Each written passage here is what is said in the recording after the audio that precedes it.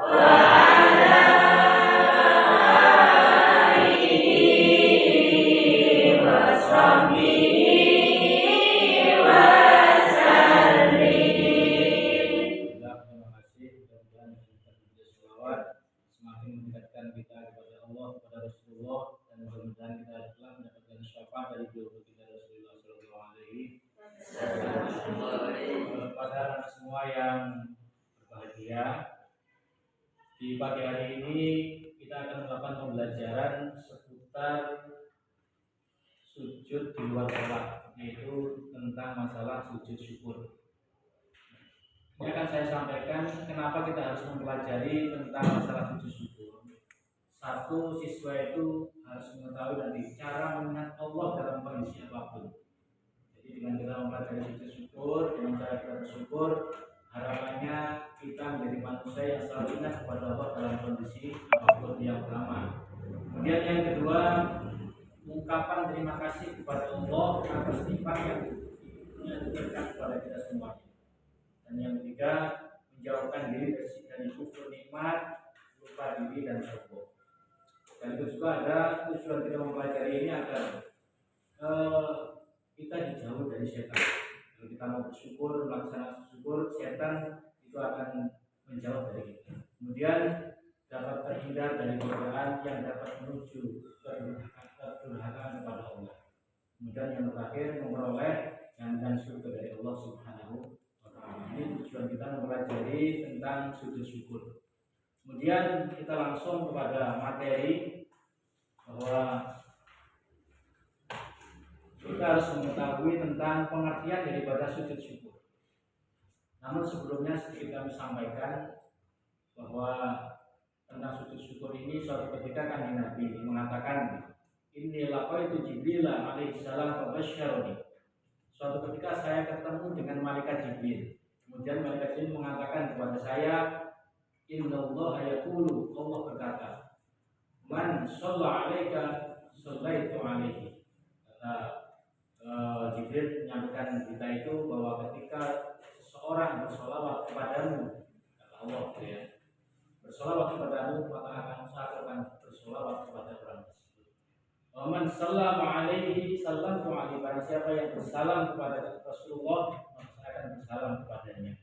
Kemudian Rasulullah mendengar berita itu, berita dari malaikat Jibril, langsung sujud syukur, sujud kepada Allah dalam rangka bersyukur kepada Allah Subhanahu wa taala. Ini tentang asal usul daripada kenapa kita disunahkan melaksanakan sujud syukur. Kemudian yang kedua, ada Nabi juga mengatakan dalam sebuah hadisnya, tidak ada al-amru yasuru wa yushrabi farsajidan syukur lillahi ta'ala. Jadi Rasulullah mengatakan ketika beliau mendapatkan suatu kabar yang gembira, kabar yang menyenangkan. Kemudian kita memasuki kepada materi bahwa bahwa syukur ini ada ditinjau dari secara bahasa dan secara istilah. Syukur secara istilah itu artinya terima kasih. Jadi kita diberi seseorang, diberi siapapun, kita mengucapkan terima kasih, itu namanya syukur secara bahasa. Namun syukur secara istilah menurut fikih itu sujud yang dilakukan sebagai tanda terima kasih seseorang hamba kepada Allah. Nah, jadi sebagai tanda terima kasihnya seseorang kepada Allah itu melakukan sujud.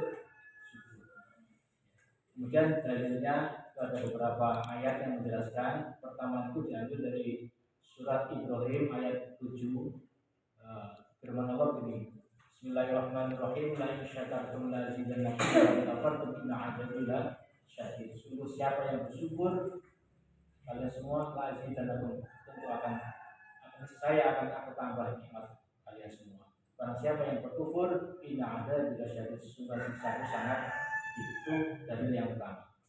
Kemudian dalil yang kedua yang menyatakan tentang sujud syukur itu fadkuruni yadkurkum washkuruni wala takfurun.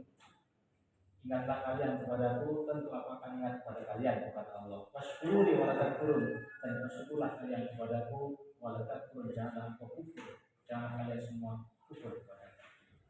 Itu ada dua dalil yang menyatakan tentang kesunahan daripada sujud syukur. Kemudian hukum bersyukur itu bagaimana? Hukum bersyukur itu adalah wajib. Kita syukur menerima apa adanya pemberian Allah, entah itu pemberian enak, tidak enak, senang, tidak senang, itu sudah hak mutlak Allah. Kita harus bersyukur kepada Allah. Pasti semuanya akan ada hikmah. Kemudian syukur kita wujudkan dengan cara sujud. Dengan cara sujud syukur itu hukumnya bagaimana? Hukumnya kita melaksanakan sujud syukur dalam rangka kita bersyukur itu Allah itu hukumnya syukur. Kemudian begini, kesunahan daripada sujud syukur itu karena ada suatu sebab, ada beberapa sebab yang menjadikan kita disunahkan sujud syukur. Pertama karena kita mendapatkan nikmat dari Allah yang pertama. Kemudian yang kedua mendapatkan kabar gembira, kabar yang menyenangkan. Kemudian yang ketiga itu terhindar dari marah bahaya. Itu tentang penyebab sebab daripada sujud syukur. Kemudian tentang rukunnya, ini sudah mulai masuk pada praktek daripada sujud syukur. Rukun itu adalah sesuatu yang harus kita laksanakan di dalam sujud. Di dalam sujud itu, kalau salah satu dari rukun itu tidak kita laksanakan, maka sujud syukurnya itu dianggap tidak sah. Pertama, yang harus kita lakukan di dalam sujud syukur itu harus niat.